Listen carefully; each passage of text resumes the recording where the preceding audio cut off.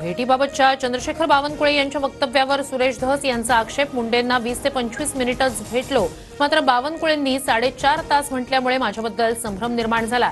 सुरेश धस यांचा आक्षेप.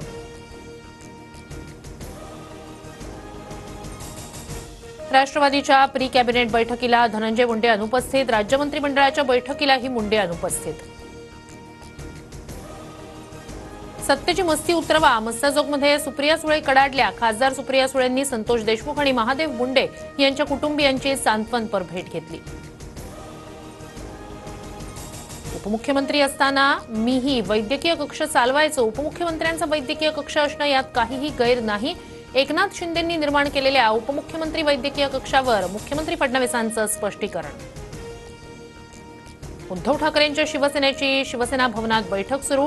पक्षात सुरू असलेल्या गळतीसाठी ठाकरेंकडून डॅमेज कंट्रोलचा प्रयत्न. भास्कर जाधवही बैठकीला उपस्थित. छत्रपती संभाजी महाराजांबद्दल बोलताना कमाल खान बरळला. छत्रपती संभाजी महाराजांबद्दल कमाल खानची आक्षेपार्ह पोस्ट.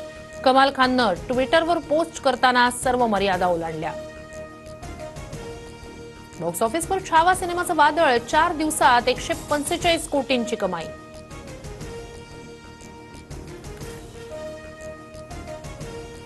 कोल्हापूर गोवा महामार्गावर स्टंटबाज तरुणांचा हैदोस. तरुणांनी महामार्गावर स्टंट करत इतर वाहनांना वेठीस धरलं. संबंधित तरुणांवर कारवाई करण्याची नागरिकांची मागणी. प्रयागराजमधील महाकुंभात प्रचंड गर्दी. संगमाकडे जाणारे रस्ते ठप्प. आतापर्यंत 54 कोटी भाविकांचं स्नान. प्रयागराज जंक्शनवरही मोठी गर्दी. तुम्ही लोकप्रिय आहात म्हणून काहीही वक्तव्य करणार का? सुप्रीम कोर्टानं रणवीर अलाहाबादी याला झापलं.